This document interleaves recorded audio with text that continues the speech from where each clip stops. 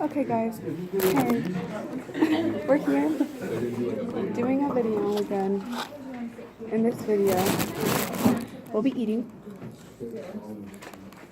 Not an ASMR though, it's just a mukbang, but like we don't talk about anything. Probably. So what I have is the Western burger from Carl's Jr. Yum. I have fries from Carl's Jr. and also a melted ice cream sandwich from King Soopers. We also have Cheetos and some cheese. It's so melted.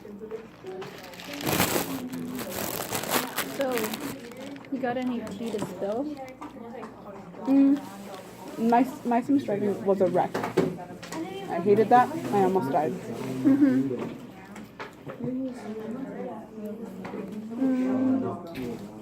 Are we booking the Airbnb today? No, remember Kevin was telling us about the Yeah. So we'll wait for that and see if that's whatever. Excuse me. I guess off-campus lunch for seniors on a day with no advisory means everybody's eating lunch in class. Look at this. It's like a sampling of every restaurant within 10 miles of the school. Okay. Try not to make a mess. Clean up after yourselves, please.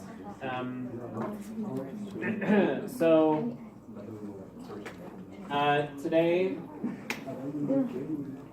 we have, we're really only going to get to this first one, the mechanism of protein translation. The mutation stuff I've been trying to get to, there's not enough time in class today to do it. So the way that it's going to work the rest of the week, I'm going to see you tomorrow for a double-length period.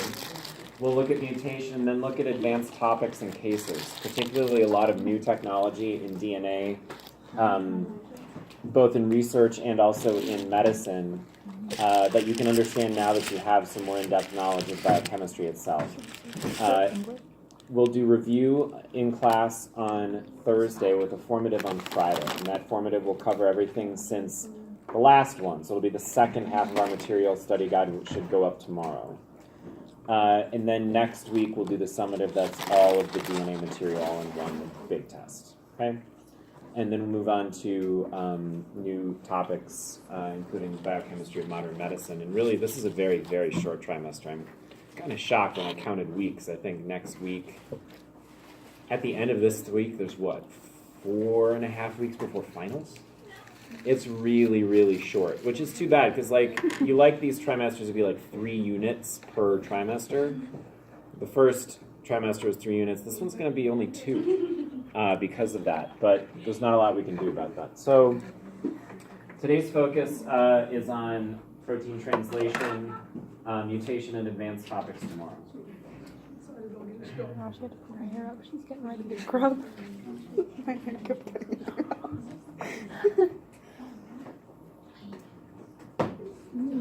I want to get napkins, but like they're on his desk and I don't For those of you who have not finished corrections on your formative, there'll be time you can do it during review on Thursday if you want to just crank out the rest of it.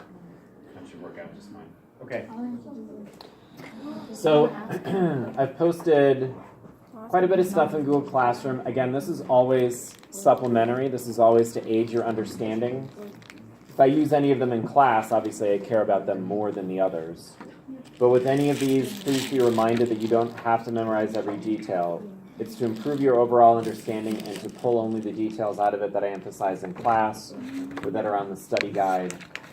So I've put in a bunch of things about translation. This is another topic that I know is review, and I really want to just focus on the most important mechanisms and biggest players in it without burdening you with a lot more memorization. So I think I may have shown this video in this class. I forget which class I've shown which videos. But I really adore these particular videos. These are the ones where they don't draw the cartoon. This is where they take the actual biochemistry and just colorize it with a computer so you can see what's really happening in a much more appropriate scale. So what we're seeing here, it almost looks like an outer space view, but we're in the cytoplasm at this point, looking back at the nucleus. So this moon kind of scape that you see back here is the nuclear membrane. And it's worthy of just seeing this view. For any reason, it's to recognize the difference between the nuclear membrane and the outer membrane of a cell. The outer membrane does not have this appearance. With these sort of crater-looking things, these are nuclear pores, and nuclear pores are extremely highly regulated. They're surrounded by proteins, almost like security guards at like a gate, and that it's extremely regulated what can go in and out of the nucleus. It has to be tagged exactly right if it's ever going to make it in, and things have to be modified properly before they ever make it out. It makes sense. You want to guard the genetic material as closely as possible. What they're showing is one of the things that's allowed to make it out, which is an mRNA transcript. That's this yellow squiggle. So remember, we did discuss what the mRNA transcript modifications are. There's a tail on the 3 end, there's a cap on the 5 end, and you have the exons that have all been spliced together to make this particular mRNA. And now it's able to exit, and it's heading towards the cytoplasm. So what this is showing now is the actual colorized biochemistry of what you see in a cell when translation is taking place. So transcription we defined as changing from one or copying exactly in the same language. That was making the mRNA.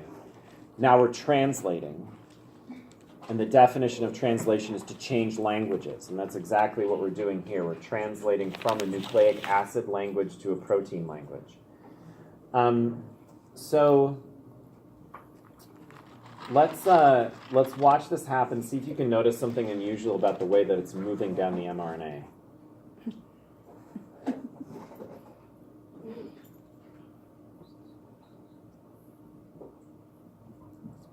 So every one of these videos we've seen before with like RNA polymerase and DNA polymerase and these other proteins, it doesn't quite look the way this does when it moves. Anyone notice something kind of unusual about the way this moves down the mRNA compared to the other stuff? It's not smooth. What's that? It's not smooth. It's not smooth, right? As it works its way down, you can even see it here. Twitch, twitch, twitch. It's got like a beat. It's got a cadence to it. And so here it is from the beginning. The blue is a ribosome. Ribosome attaches the mRNA. It's got 2 components. And you can see here the reason for that twitching quality to it. They've gone in and actually colorized the bases on the mRNA, and they've done it in sets of 3. 3 yellow, 3 brown, 3 orange, 3 white, etc. And that is a really nice, powerful visual cue that tells you that's what's happening is that it's moving in 3 bases at a time. And so it goes in 3, 3, 3, and so the ribosome actually twitches, almost like you guys, I'm about to age myself when I say this, like a teletype. Nobody here knows what a teletype. A Teletubby? Not a Teletubby. No, not a Teletubby, a teletype. It's a way, it was like... Like a typewriter almost? It was almost like, it was like a strip of paper, and you could type a message to somebody, and it would print it out, and it would come out in a ribbon. And it would come out word by word by word, right? Right. Back when, I'm old. Back when the world was still round. Okay. Back when what? All right, so the structures you see here are also really important. These little green guys floating around with the red dot, those are tRNAs. And now they're going to show a cutaway. And we're going to use the cutaway to make our own cartoon understanding of what's going on. Okay. So there's the cutaway view. That's a good place to stop. Okay. So a couple of features here that we really need to understand. First, in orange is the mRNA. Blue is the ribosome. Small piece below, large subunit above. There are 3 green tRNAs here. We'll draw this in a second. And this red stripe coming out the top is the new protein being made. So we have some sort of map as to what's going on. So let's dig in and make a few sort of cartoonish notes about what we see up there to understand how this process works.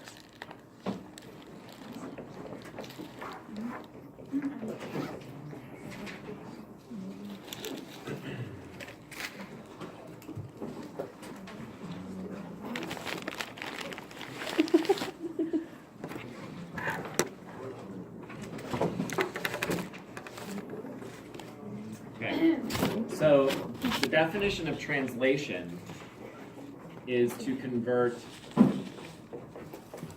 one language into another. So in the case of biological translation, we're changing from one language, which is nucleic acid language, with bases of A, U, G, C. And we're converting it to protein language, which is the language of amino acids. Double parentheses. Okay? So the mechanism we're going to see here has to be able to take the information that's a nucleic acid and convert it into an entirely different setup, protein language.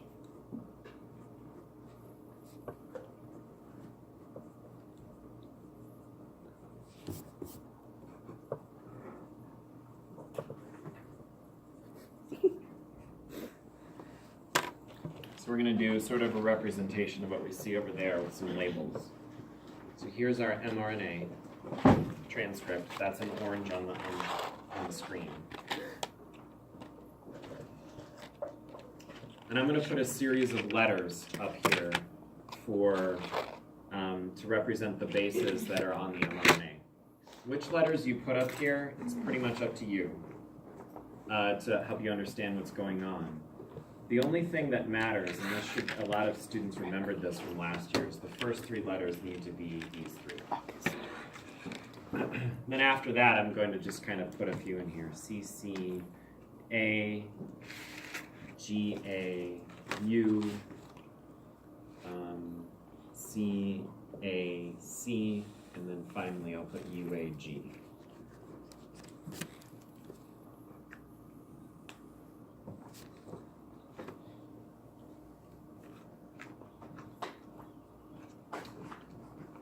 So a lot of, in class, we've learned all the polymerases we've studied so far, DNA polymerase, RNA polymerase, they're all very unidirectional.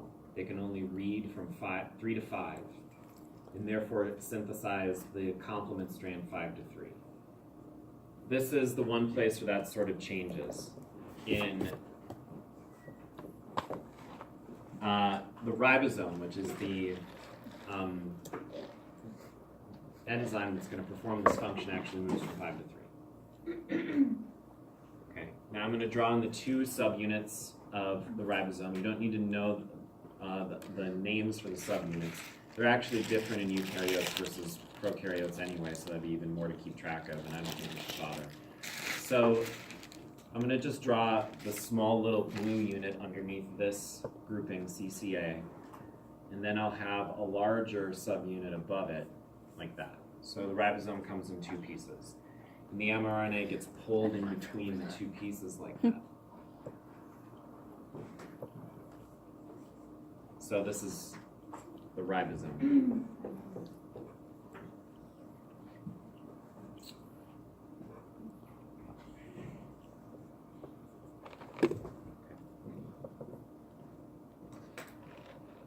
Now, this is review, but the three-letter component of things is a crucial concept to understand the making of protein, but also to understand the effects that mutations have on proteins. The ribosome, as we pointed out in there, reads the mRNA in three-letter clumps called codons. Good. So a codon, which is any segment of three letters, codon, codon, etc., all the way down, is a three-letter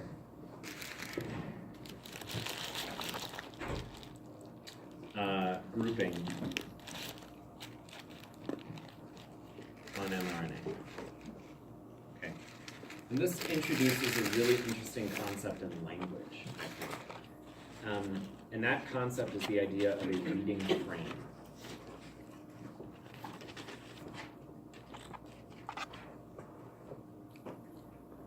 A reading frame. In science, the term frame is used a lot as really a way to communicate perspective. So in physics, you may have used the term frame of reference. What frame of reference is basically saying how are we viewing this problem? From which perspective are we viewing the problem? So here's one way to think of frame of reference in physics. If you're on a bus going to a game, basketball game, something like that, and you look out the window at a tree, your frame of reference is moving with the bus. Therefore, to your frame of reference, it appears as though the tree is moving that direction. Okay? If my frame of reference were from the frame of the tree, looking at you, it would look like the bus is moving that direction. So where you are in a scientific problem is called your frame of reference. Interestingly, if you're on the bus and you're traveling to a game, everybody in the bus is in the same frame of reference. Therefore, if you look at your friend across the aisle of the bus, how does it look like they are moving? It looks like they're not moving, because they're in the same frame of reference as you are, right? So any two things that are in the same frame of reference will always view the problem in the same way. In biology, the reading frame can be defined as the system for reading this language. So the reading frame is the system for reading the language.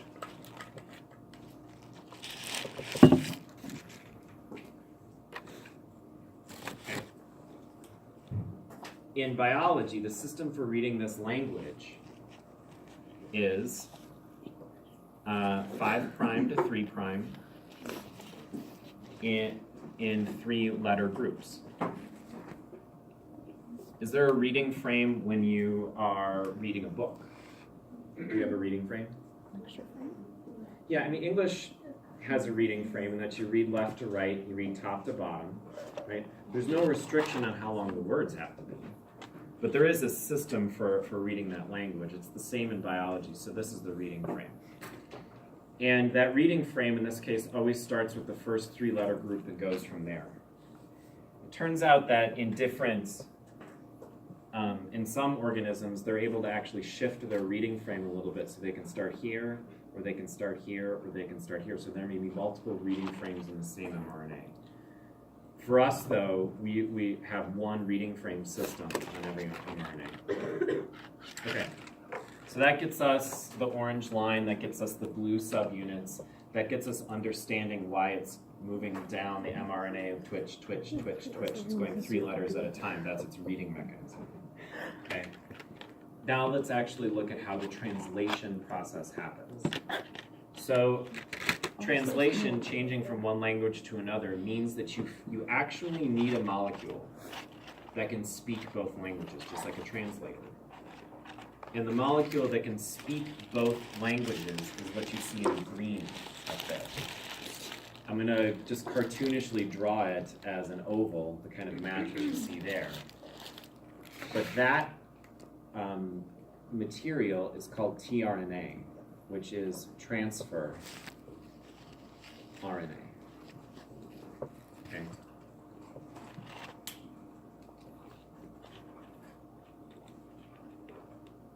So since it speaks both languages, it needs to have one region of the molecule that can communicate with the nucleic acid, one region of the molecule that is doing a protein.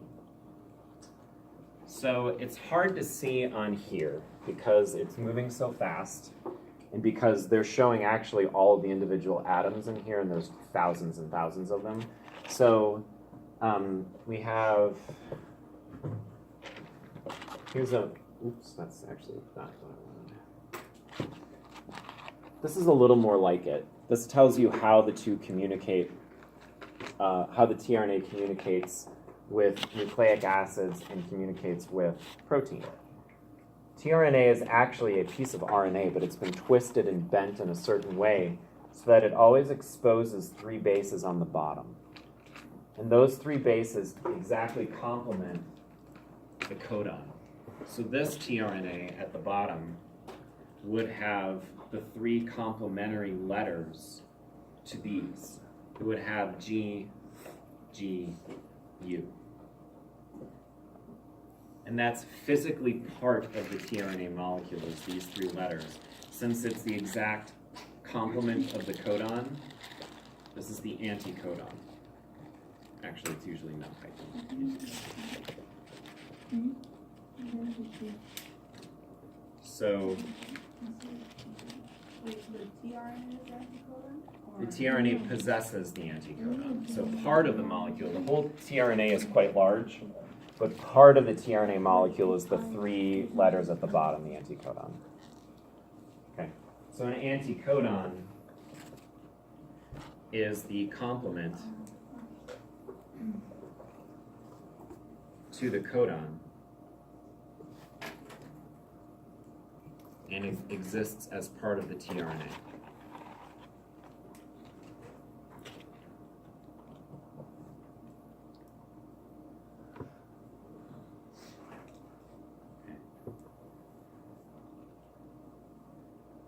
The other end of the tRNA molecule is where we see the protein component in here. So I'll finally bring in the other color, and it matches what's on the video. Go back to the video. There's going to be an amino acid on the other end.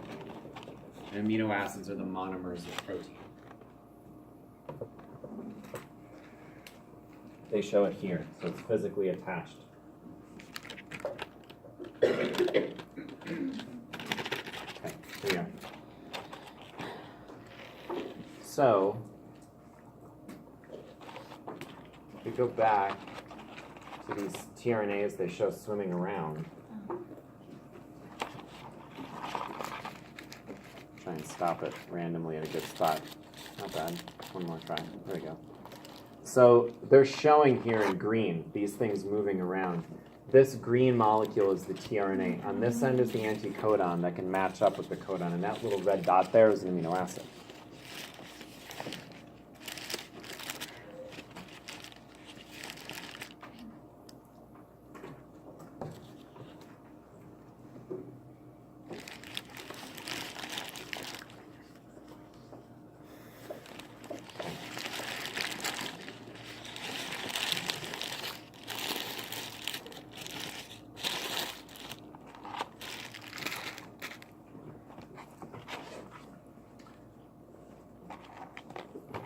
Let's start it here.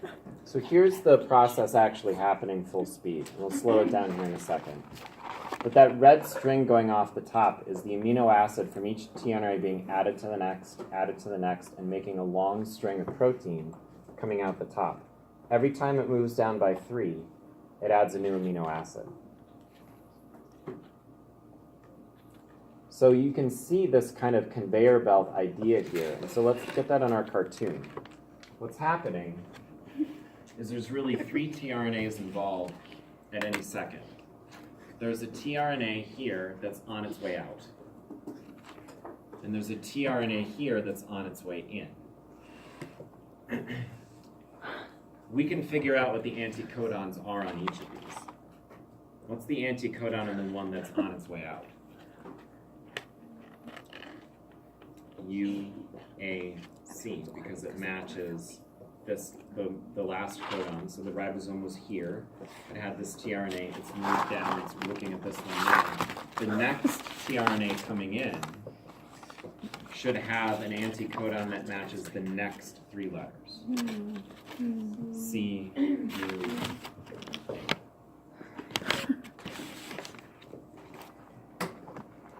And this process goes all the way to the end of RNA. tRNA here reads it, moves on to the next one, brings in the next tRNA, etc., etc.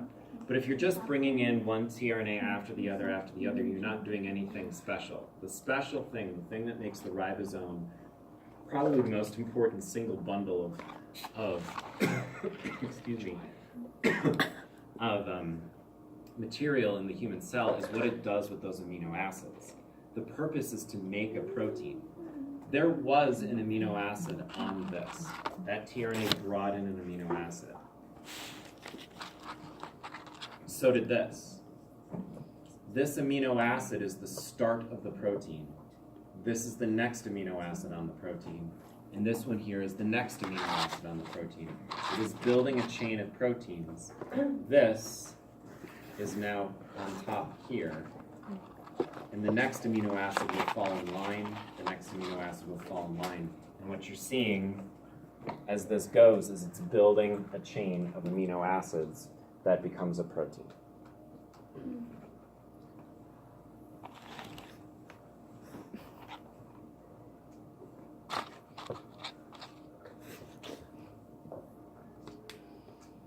And it's already starting to fold up to be into its tertiary structure. And now that protein is free to go. Okay. Now, I think you guys have seen this before, yeah? Good. All right. I love it. I love it. All right. I'm going to bring those same letters over here.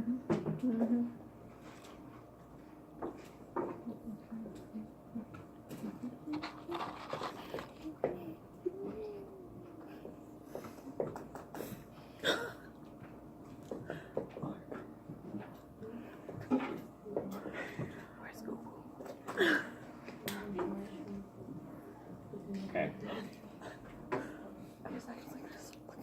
So in the translation process, if you count by 3 letters each time, you can actually then figure out how many possible combinations there are. 4 choices for each spot, 3 spots. 4 times 4 times 4. There are 64 possible 3-letter codons in biology.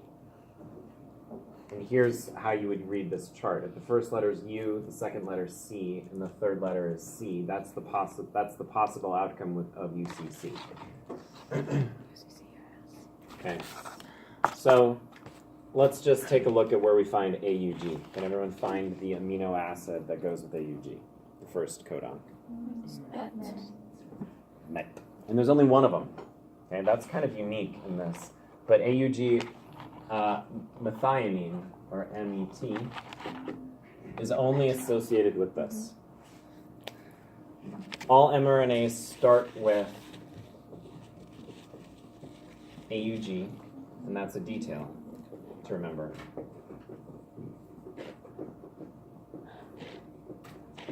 They all start with AUG, and AUG is called the start codon.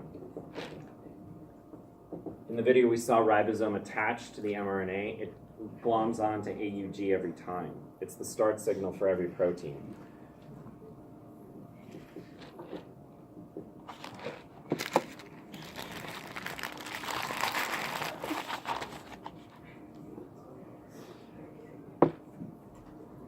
All right, CCA. Probe. CCA, there.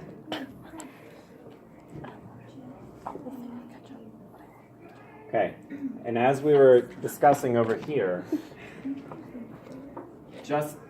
they're not just bringing in tRNAs. The purpose is to connect the amino acids to make a protein. So once you have methionine and then proline, so this one up here is going to be methionine and this one is proline, you have to connect them with a bond so you can build your protein. So there has to be a bond that's built right here. And here's we're translating nucleic acid into protein language. What is that bond called when you connect together 2 amino acids to make a protein? What is it? Good, peptide bond.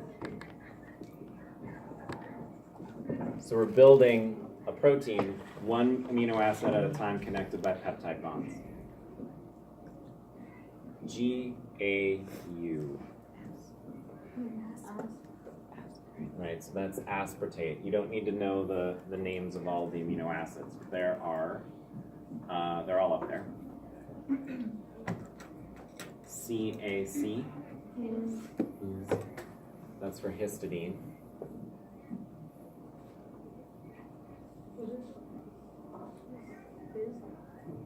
And then finally UAG.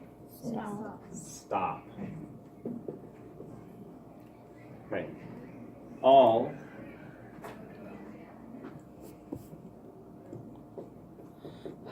translation ends with a stop codon. And those three, they're up there.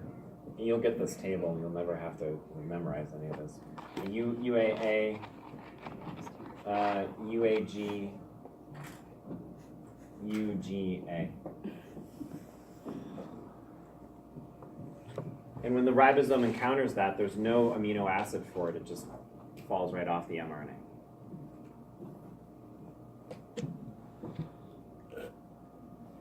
Okay, now, what you might notice looking at this table,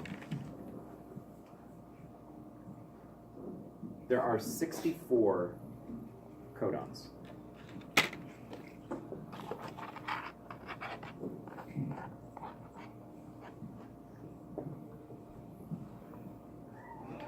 How many amino acids are there in the human body? 7.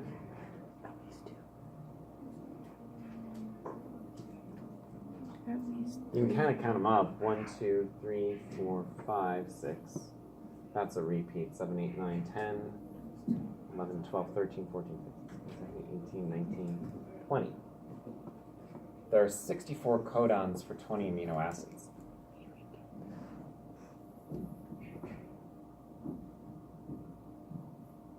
It seems a bit like overkill, doesn't it?